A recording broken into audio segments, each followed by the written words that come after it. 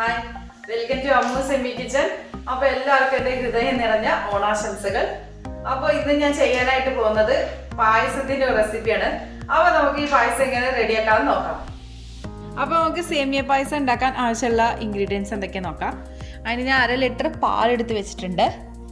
പിന്നെ നമുക്ക് വേണ്ടത് 1 കപ്പ് റോസ്റ്റഡ് വെർമിസെല്ലിയാണ്. ഇത് റോസ്റ്റ് ചെയ്യാത്തതാണെങ്കിൽ നിങ്ങൾ നന്നായിട്ടൊന്ന് റോസ്റ്റ് ചെയ്തെടുക്കണം. പിന്നെ നമുക്ക് വേണ്ടത് 1/2 കപ്പ് ഷുഗർ എടുത്തിട്ടുണ്ട്.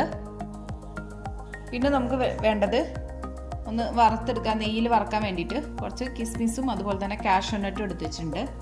പിന്നെ ഒരു 4 ഏലക്കായ ഞാൻ ചതച്ചെടുത്തിട്ടുണ്ട്. പിന്നെ ആവശ്യത്തിന് നമുക്ക് നെയ്യും വേണം. അപ്പോൾ ഇത്ര ഇൻഗ്രീഡിയൻസ് വെച്ചിട്ട് നമുക്ക് എങ്ങനെ സേമിയ പായസം ചെയ്തെടുക്കാമെന്ന് നോക്കാം.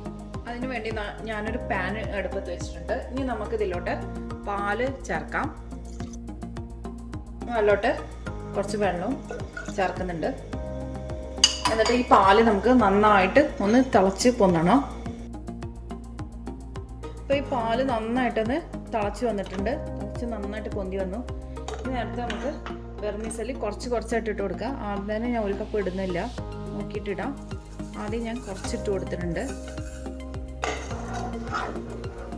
എന്നിട്ട് ഇത് നന്നായിട്ടൊന്ന് ഇളക്കി കൊടുക്കുക. ഈ വെർമിസെല്ലി നന്നായിട്ട് ഈ പാലിനോട് നന്നായിട്ട് യോജിച്ച് ചേരണം. അല്ലെങ്കിൽ എന്താ വെച്ചാൽ പാല് വേറെയും വെർമിസെല്ലിയും താഴെയും കിടക്കും, അങ്ങനെ വരും.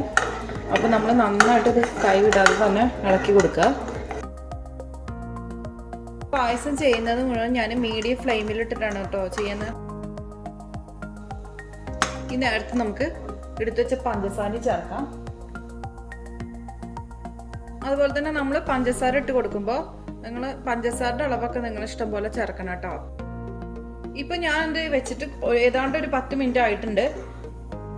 ഇപ്പം കണ്ടോ, ഈ സേമിയ നന്നായിട്ട് ഈ പാലിനോട് യോജിച്ച് വന്ന് കറക്റ്റ് പരുവായിട്ടുണ്ട്. ഇത്ര മതി. ഇനി നമ്മൾ വല്ലാതെ ഇട്ടിട്ട് ഇതായി കഴിഞ്ഞാൽ അത് കുറച്ചൊന്ന് ഇരിക്കുമ്പോൾ നന്നായിട്ട് കുറുകി വരും. അപ്പോൾ നമുക്ക് എന്താ വെച്ചാൽ അതിൻ്റെ പാല് നന്നായിട്ട് കട്ട ഇതായിട്ടും കൊണ്ടിരിക്കും. അപ്പോൾ ഇതാണ് അതിൻ്റെ കറക്റ്റ് പരുവം. ഇനി ഞാനിത് സ്റ്റൗ ഓഫ് ചെയ്തു. ഞാൻ കാണിച്ചപ്പോൾ 1 കപ്പാണ് ഞാൻ വെർമിസെല്ലി എടുത്തത്. പക്ഷേ ഞാൻ 1 കപ്പ് ഇട്ട് കൊടുത്തിട്ടുണ്ടായിരുന്നില്ല. 1/2 കപ്പാണ് എനിക്ക് ആവശ്യം വന്നുള്ളൂ. ബാക്കി ഇതിലേക്ക് ഞാൻ എടുത്ത് പൊടിച്ച് വെച്ച ഏലക്കായും ചേർത്ത് കൊടുക്കാം. ഇനി നമുക്ക് ലാസ്റ്റ് എടുത്ത് വെച്ച ഈ കിസ്മിസും കാഷ്യൂ നട്ടും കൂടി ഒന്ന് നെയ്യിലൊന്ന് ഫ്രൈ ചെയ്തെടുക്കാം.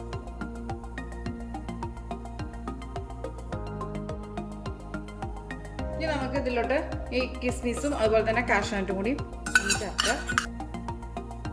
അപ്പോൾ നമ്മളുടെ സേമിയ പായസം അവിടെ റെഡി ആയിട്ടുണ്ട്. നമുക്കിത് സർവിംഗ് പ്ലേറ്റിലോട്ട് മാറ്റാം. എല്ലാവർക്കും ഒരു ഹൃദയം നിറഞ്ഞ ഓണാശംസകൾ. അപ്പോൾ നിങ്ങൾക്ക് എൻ്റെ ഈ വീഡിയോ ഇഷ്ടപ്പെടുകയാണെങ്കിൽ തീർച്ചയായിട്ടും ഷെയർ, ലൈക്ക്, കമൻറ്റും ചെയ്യാൻ മറക്കരുത്. അതുപോലെ തന്നെ എൻ്റെ വീഡിയോസ് ആദ്യമായിട്ട് കാണുന്നവരാണെങ്കിൽ സബ്സ്ക്രൈബ് ചെയ്യാനും മറക്കരുത്. അപ്പോൾ അടുത്ത നല്ലൊരു വീഡിയോ ആയിട്ട് വരുന്നതായിരിക്കും. Bye. Thank you for watching Ammu semi kitchen.